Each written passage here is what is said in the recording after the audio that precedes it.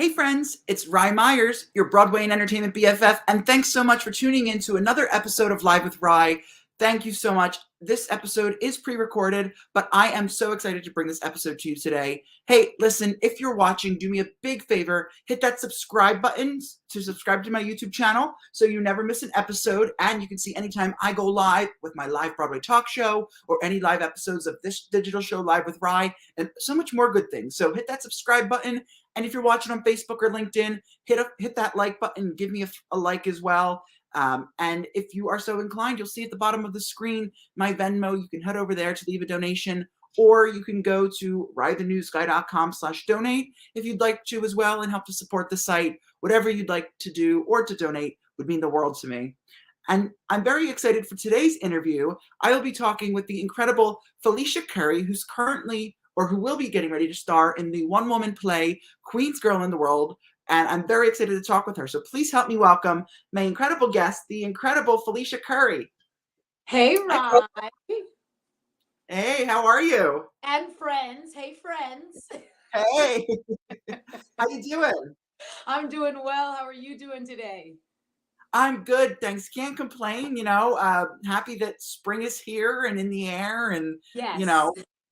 That inching towards warmer weather is definitely something that I am enjoying. Wish it would come a little bit faster, but Same. But I think we hopefully got the worst of it behind us after last week, and hopefully it's all just continues to be warmer. So true. Amazing. So you're getting ready to star in the new one-woman play called Queen's Girl in the World, written by Colleen Sinnett Jennings. Did I get that right? You got Amazing. that right, yes. Awesome. Over at Theater Row. So could you tell me a little bit about Queen's Girl in the World? Absolutely. It is a coming of age story about a young Black girl who grows up in Queens, New York during the Civil Rights Movement. And she's actually sent to an all Jewish school in Greenwich Village. And it's just sort of her navigating both her personal life, going to school in Greenwich Village, living in Queens, and then, of course, navigating life in the world at that time, late 60s, early 70s.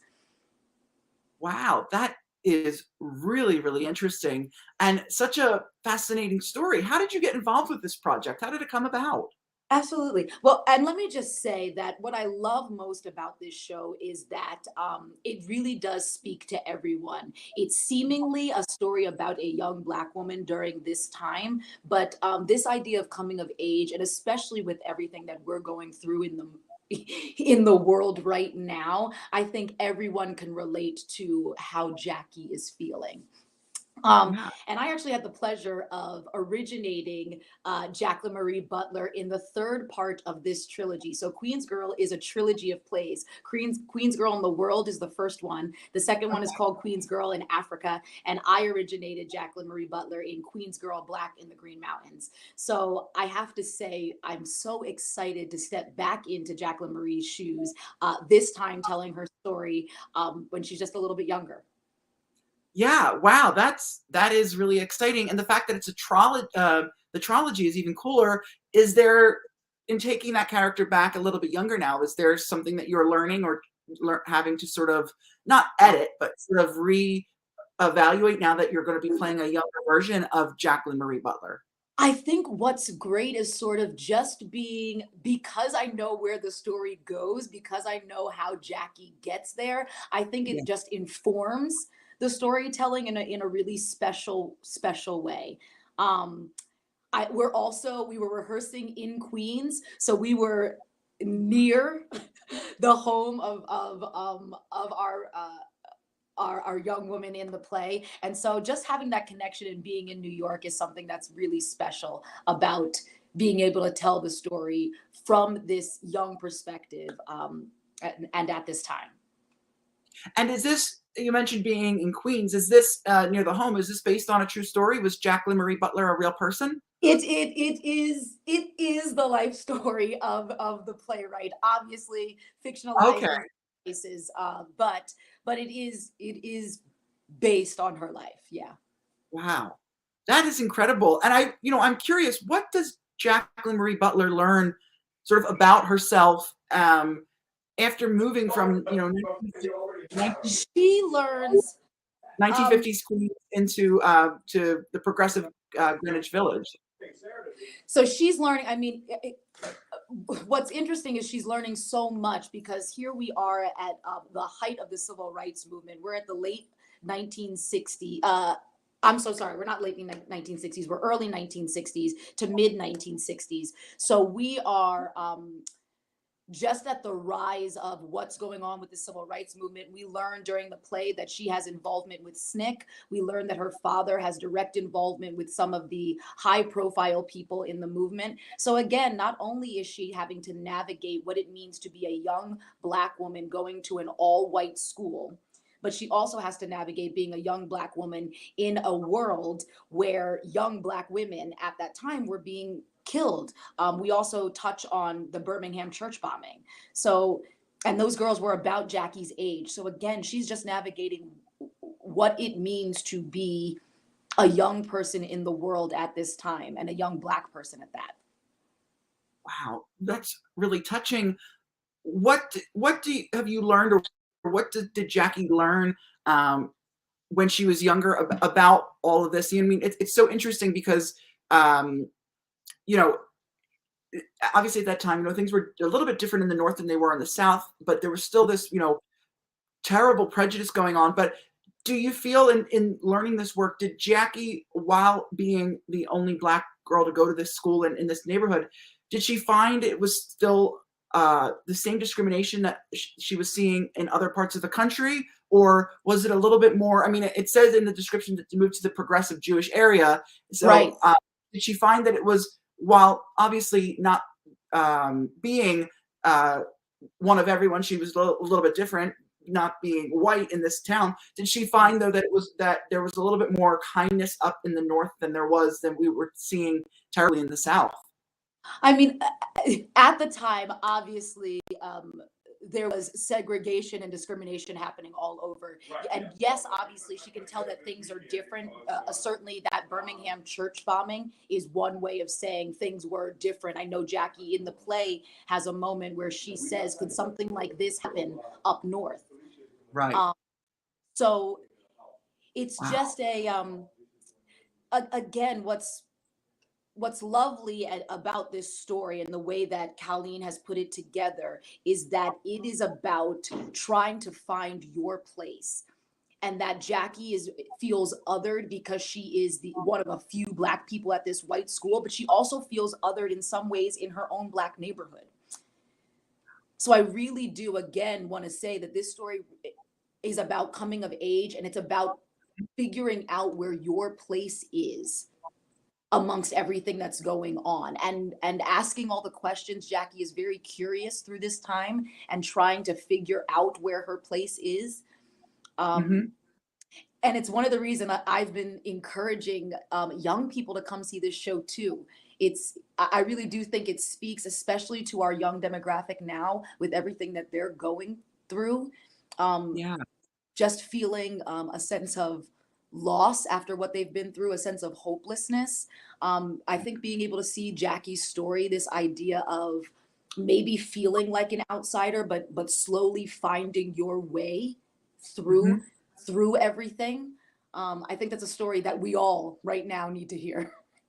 We do, for sure. And that's what I was going to say was, I feel like people that will come and see this, there's so much that they can relate to. And if they've ever felt, especially those in underrepresented communities who feel that way, which is so sad, but feel, like othered or feel like they're not part of it. The story sounds like it will really be able to give them, I don't want to say closure, but some understanding, and really feel like they're, that they're meant to be here. Yeah, and a sense of belonging. And a sense of Yes, belonging. It feels like that's what Jackie is yearning for in this play, and learning that you can be your own unique self and still find belonging amongst many different groups. Yeah, which is just such a special message that we all right now need to be reminded of.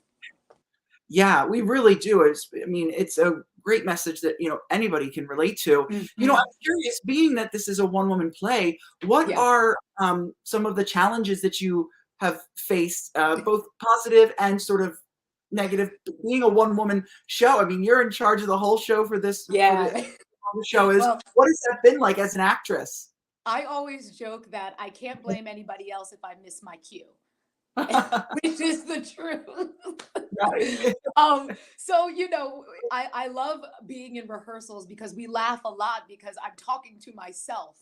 And I'll find myself in moments being one person when I was supposed to be somebody else and then cracking myself up. It is challenging, but there is something so incredibly rewarding about it. I often also talk about the connection to the audience, the way Colleen's put this show together. It really is storytelling. So Jackie is in the play living life, but Jacqueline Marie Butler actually steps out and talks to the audience. So I get to experience this journey both through Jackie and with the audience. And there's something really special about being able to connect with an audience in this way and to be able to do it by myself. There's just something really, really special about that. So that for me is one of the big positives. And I wouldn't say there's any negatives. There's challenges, but I love a good challenge. Yes. I love a good challenge and I thrive on it. And Colleen has just put together this beautiful play, and Paige Hernandez, who's the director, is just so skilled at this kind of storytelling, about one woman storytelling. She's just so good at it.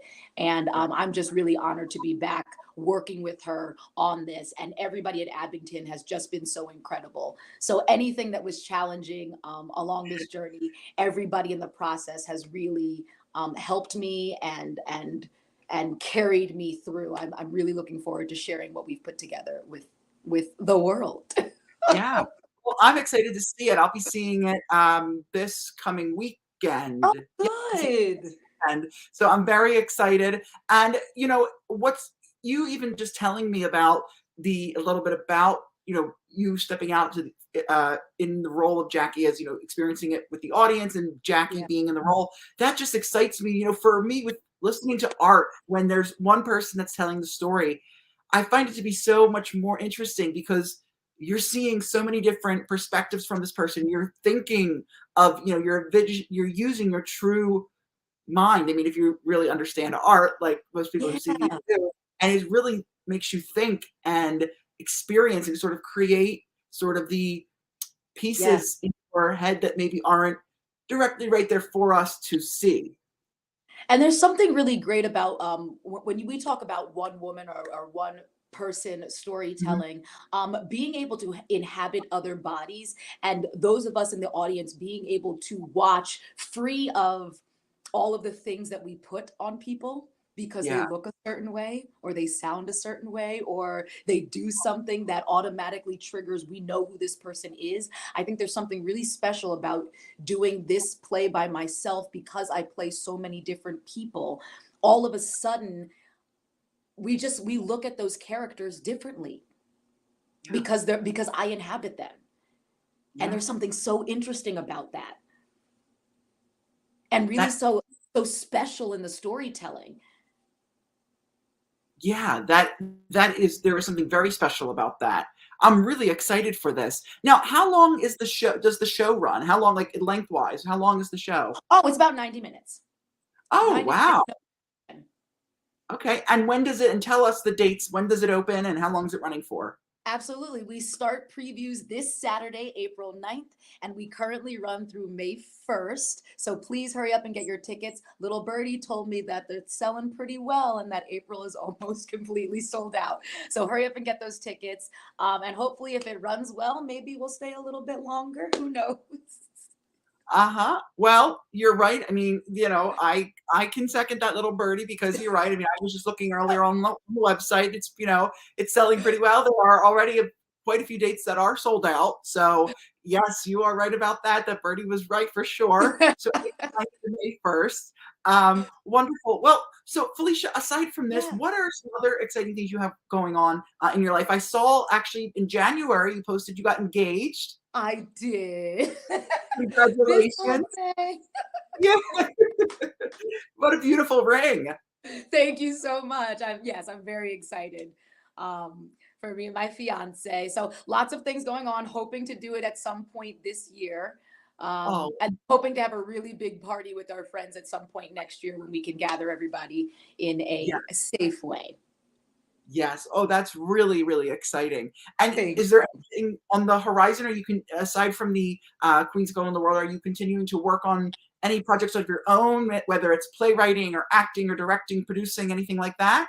Yeah, I'm actually right after Queen's Girl. I'm headed back to my hometown. I live in Washington, D.C., and I'm actually doing an all DC actor version of Our Town at Shakespeare Theatre Company. So if Ah, anybody's in DC in the month of late May, June, we'd love to see you. Come by and see you. This will be my second Thornton Wilder this year, which is really special because Thornton Wilder is celebrating an anniversary. So I'm excited to be tackling yet another one of his great shows. what anniversary is he celebrating? I think now don't have me lying on here, Rye.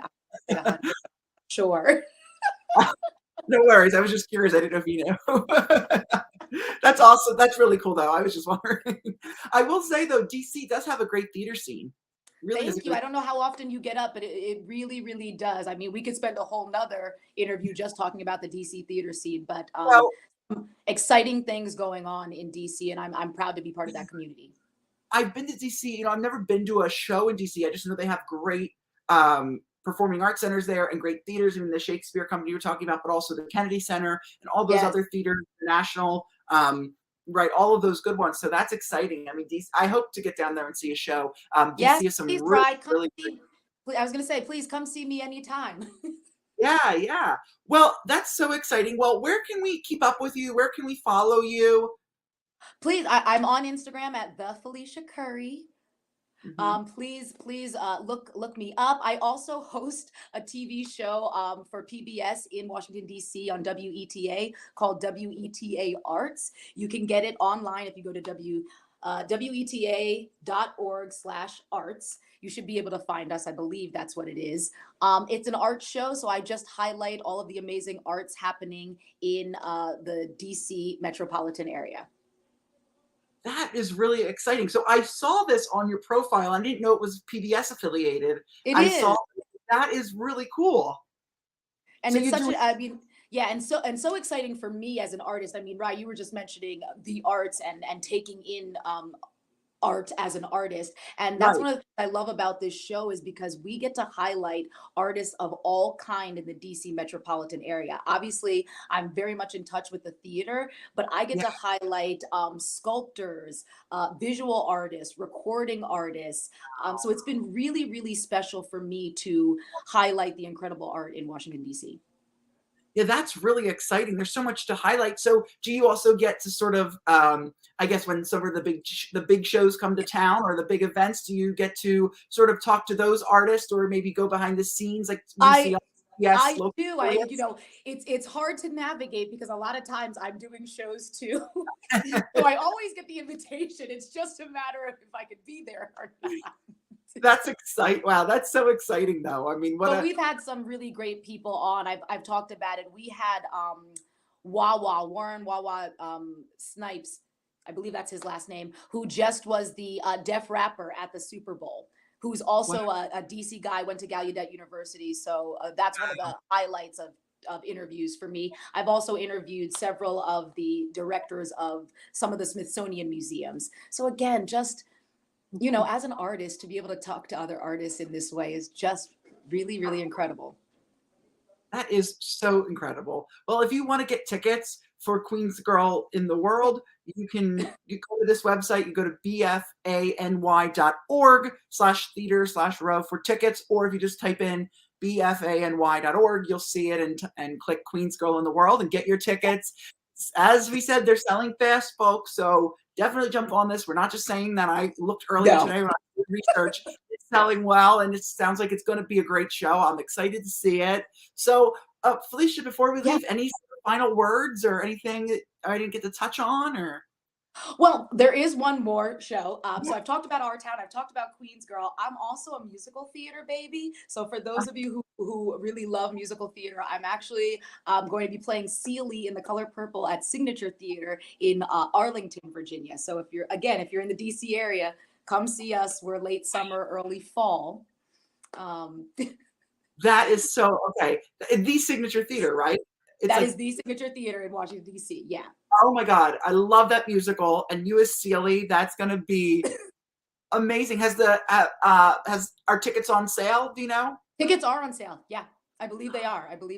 Wow. Oh, I'm so excited. But signaturetheater.org, I believe.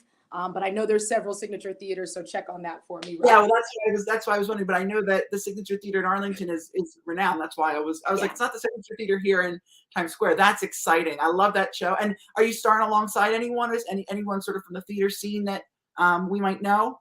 I don't have any other names, so I don't want to give out any false information. No worries. I know that it is being directed by Timothy Douglas. So those of you that follow theater, Timothy Douglas, amazing director, has directed all over the country.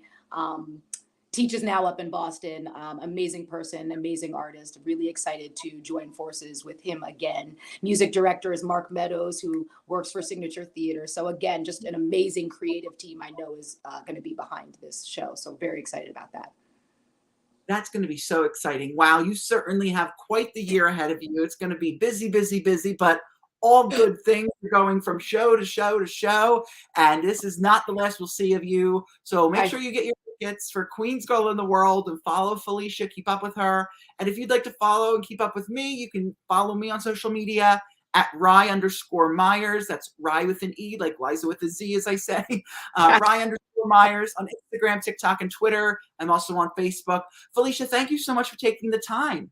Rye, thank you. And I can't wait to see you this weekend at Queen's Girl.